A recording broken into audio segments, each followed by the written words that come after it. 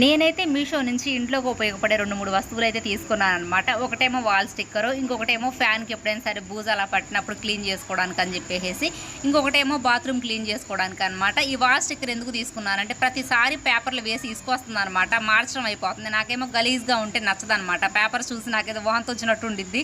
అందుకని చెప్పేసి అయితే మనం బూజు దులిపినప్పుడు కూడా ప్రతిసారి చేంజ్ చేసుకుంటూ ఉండాలి. నేనేమో ఒక 10 రోజులకైనా సరే చేంజ్ చేస్తాను అనమాట. అదే స్టిక్కర్ తీసుకున్నాం అనుకోండి, తడి క్లాత్తో కానీ పొడి క్లాత్తో కానీ తుడి చేసుకుంటే దాని మీద డస్ట్ అదంతా పోద్దని చెప్పేసి అయితే తీసుకున్నాను అనమాట.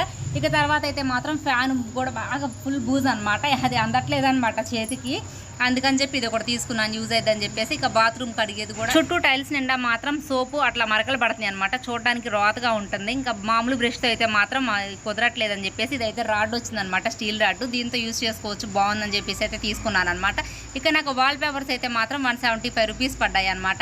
ఇక బూజ్ కర్ర అలాగే బాత్రూమ్ కడిగేది అయితే మాత్రం 240 రూపాయలు పడ్డాయి అనమాట. కాంబోలో తీసుకున్నాను. నిజంగా క్వాలిటీ అయితే మాత్రం చాలా బాగుంది. ఇక ఏదో చిన్న బ్రష్ అయితే వచ్చింది కానీ దీన్ని ఎలా యూజ్ చేయాలనేది మాత్రం నాకైతే అర్థం కాలేదన్నమాట. ఇక నాకైతే వంటగదిలో చిన్న మార్పులు అయితే చేయాలనిపించింది. అందుకని చెప్పేసి ఇంకొన్ని అయితే ఆర్డర్ పెట్టారనమాట. అవి వచ్చిన తర్వాత లాంగ్ వీడియో అయితే చేస్తాను, తప్పకుండా చూడండి. ఇక క్వాలిటీ విషయానికి వస్తే మాత్రం సూపర్ అనిపించింది. నాకైతే మనీ వర్తే అనిపించింది అనమాట పెట్టినందుకు.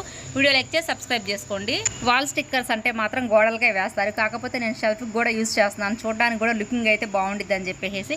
ఇక న్యూస్ పేపర్ వల్ల బొద్దింకులు అవి కూడా వస్తాయంట. మా ఇంట్లో నిజానికి బొద్దింకలు అల్మారాల నిండా ఉంటాయి అనమాట. నాకైతే మాత్రం అసలుకి వాటికి మందు పెట్టి తీసుకొస్తుంది అనమాట. వాల్ స్టిక్కర్స్ అయితే మాత్రం వాటర్ ప్రూఫ్ అలాగే ఆయిల్ ప్రూఫ్.